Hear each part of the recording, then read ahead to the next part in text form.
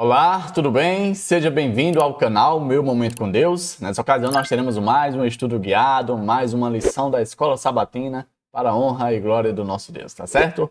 Vamos dar continuidade ao nosso estudo semanal. Você sabe que antes da gente conhecer qual será o tema que nós vamos abordar, vamos estudar, nós primeiro buscamos a presença do nosso bom Deus por meio de uma oração. Eu quero convidar você, junto a mim, a fazer isso. Vamos orar então? Bom Deus, estás nos céus, a ti toda honra e toda glória que nós podemos te dar e que nessa ocasião o nosso coração esteja intimamente ligado a ti, pois queremos por meio desse estudo ouvir a tua voz, não apenas a nos ensinar um novo conteúdo, uma nova informação, mas acima de tudo desenvolver a cada dia mais um relacionamento estável e sólido contigo. Ah, Deus, perdoa os nossos pecados, Pai. Porque somos pecadores, somos pessoas inclinadas ao mal e com muita facilidade, suscetível a fazer aquilo que não agrada aos teus olhos. Nós queremos ser santos, santos a ti, separados a ti. Nós pedimos todas essas bênçãos e somos gratos também pelos méritos do teu Filho amado, Jesus Cristo. Amém. Pois muito bem, o tema de terça-feira é como brasas vivas. Eu separei aqui alguns pontos, também tem aqui dois contextos para nós lermos. E o primeiro ponto diz assim, querubins são mencionados no Antigo Testamento como seres viventes, ou como representações deles feitas de ouro. Interessante que a Bíblia separa em vários contextos, né, principalmente no Antigo Testamento, referências claras aos querubins. Como, por exemplo, nós vemos em Ezequiel 10, verso 8 e 14, Êxodo 25, verso 18, Êxodo 26, verso 1, Salmos 18, verso 10, e ali também no Êxodo 25, verso 18 ao 20. Ou seja, são citações, referências apontando para a existência de querubins. E aí hoje nós vamos falar um pouquinho sobre esse tipo de anjo, esse tipo de ser celestial, tá certo? Com base nisso, eu quero convidar você a ler comigo aqui o contexto de Ezequiel, capítulo 1, verso 4 a 14, que vai dar uma descrição maior acerca desses seres celestiais. Vamos ler então, diz assim, Olhei e vi uma tempestade que vinha do norte, uma nuvem imensa, com relâmpagos e faísca, e cercada por uma luz brilhante. O centro do fogo parecia metal reluzente. E no meio do fogo havia 4 vultos que pareciam seres viventes. Na aparência tinham forma de homem, mas cada um deles tinha 4 rostos e 4 asas. Suas pernas eram retas, seus pés eram como os de um bezerro e reluziam como um bronze polido. Debaixo de suas asas, dos 4 lados, eles tinham mãos humanas. Os 4 tinham rostos e asas, e as suas asas encostavam uma nas outras. Quando se moviam, andavam para a frente, e não se viravam. Quanto à aparência dos seus rostos, os 4 tinham rostos de homem, rosto de leão do lado direito, rosto de boi no lado esquerdo, e rosto de águia. Assim eram os seus rostos. Suas asas estavam estendidas para cima. Cada um deles tinha 2 asas que se encostavam na de outro ser vivente, de um lado e do outro, e 2 asas que cobriam os seus corpos. Cada um deles iam sempre para a frente. Para onde quer que fossem o espírito, eles iam, e não se viravam quando se moviam. Os seres viventes pareciam carvão aceso, eram como tochas. O fogo ia de um lado a outro entre os seres viventes, e do fogo saía relâmpagos e faísca. Os seres viventes iam e vinham como relâmpagos. Olha que descrição interessante, né, acerca desses seres viventes, desses seres celestiais. Quando a gente reflete, a imagem que vem, pode-se dizer assim, um pouco perturbadora, porque com certeza a gente nunca viu a nosso redor, a nossa semelhança, algo parecido com isso. E por conta disso, parece até um pouco difícil de tentar entender os símbolos, ou as razões, os motivos pelos quais esses seres viventes não somente tinham essa aparência, mas se comportavam dessa forma. Vamos para os outros dois contextos, que de certo modo traz uma certa conexão com esse primeiro texto. O primeiro está lá em Isaías, capítulo 6, verso do 1 ao 6, que diz assim, ó, no ano em que o rei Uzias morreu, eu vi o Senhor assentado no trono alto e exaltado, e a aba de sua veste enchia o templo. Assim, acima dele estavam serafins. Cada um deles tinha 6 asas.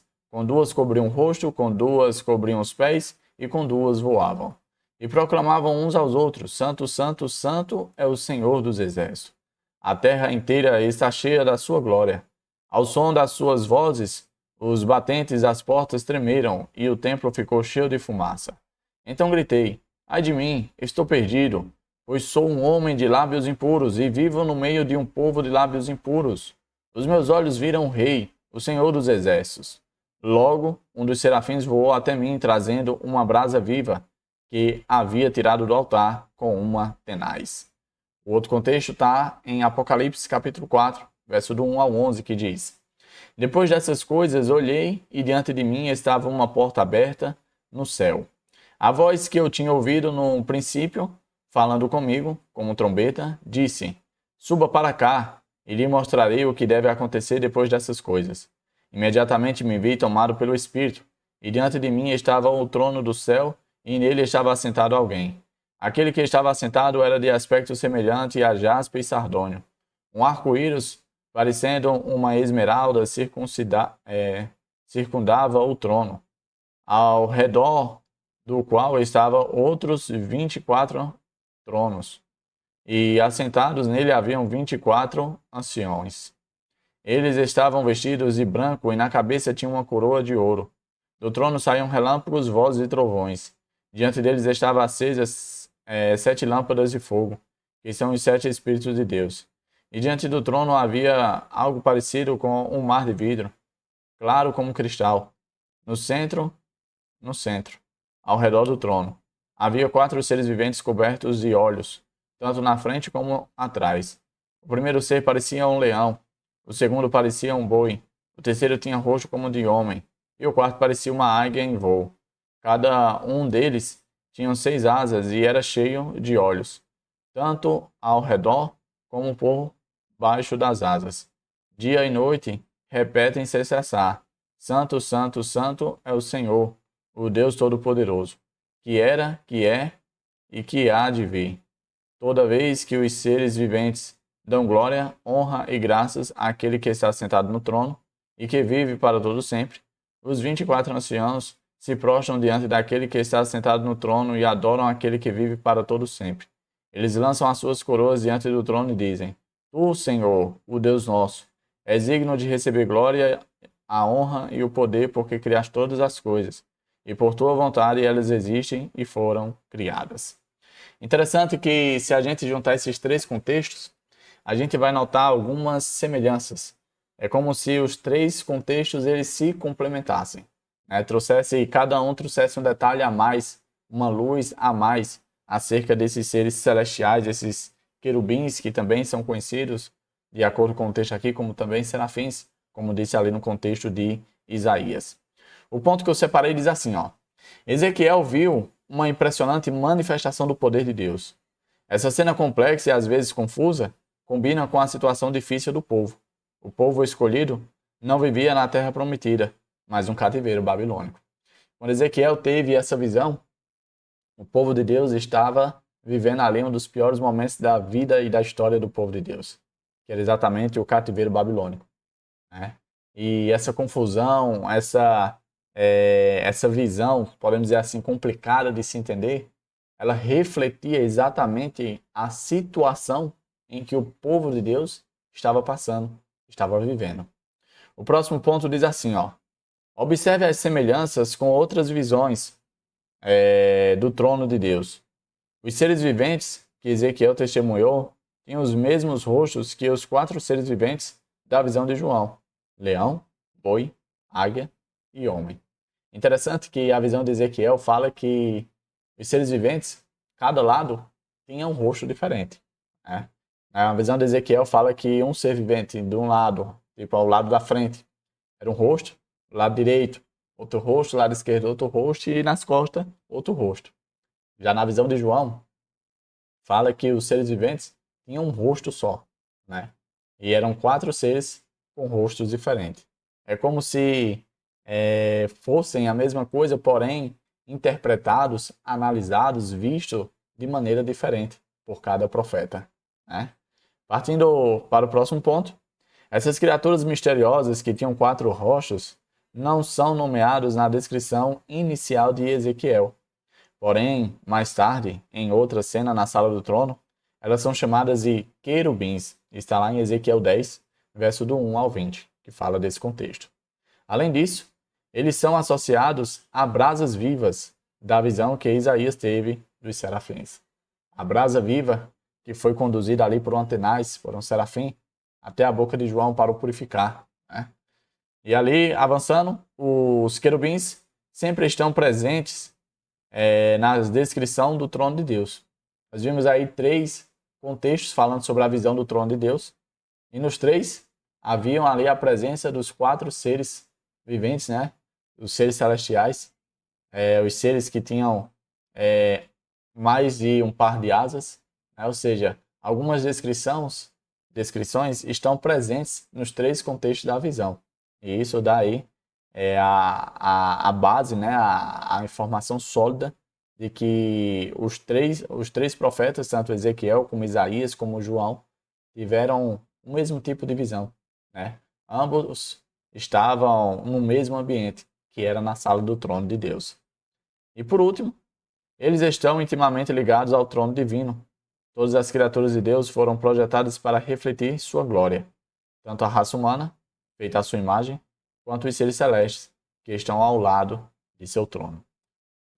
Quando a gente medita na questão dos querubins, e ali é dada a informação da construção do tabernáculo, né? É falado que os querubins deveriam estar ali sobre a Arca da Aliança, no propiciatório, né? E eles deveriam estar com as asas cobrindo, e de certo modo, uma encostando na outra, para refletir a glória de Deus. Eles também são conhecidos como anjos cobridores, né? E isso é bastante interessante, porque da mesma forma que eles refletem a glória de Deus, eu e você também somos convidados a refletir a glória de Deus. E aí você deve se perguntar, como é que nós vamos fazer isso? Refletir a glória de Deus. E a resposta é bem simples, demonstrando por meio do nosso caráter. O processo de santificação, ele reside exatamente isso, na restauração da imagem de Deus, que foi, de certo modo, manchada e deturpada com a ocasião do pecado, mas que pelo Espírito Santo está à nossa disposição a cada dia darmos passos de restauração, até voltarmos àquilo que era no princípio. E dessa forma, refletir completamente a glória do nosso Criador. Tá certo? Chegamos ao fim de mais um estudo, hoje falando sobre como brasas vivas nós somos convidados a ser para refletir a vontade e a glória de Deus. Que o Papai do Céu te abençoe, te proteja de todo mal. Eu quero te ver aqui, para a honra e glória de Deus, no próximo encontro, para mais um estudo da lição da Escola Sabatina, tá certo? Até a próxima e tchau, tchau.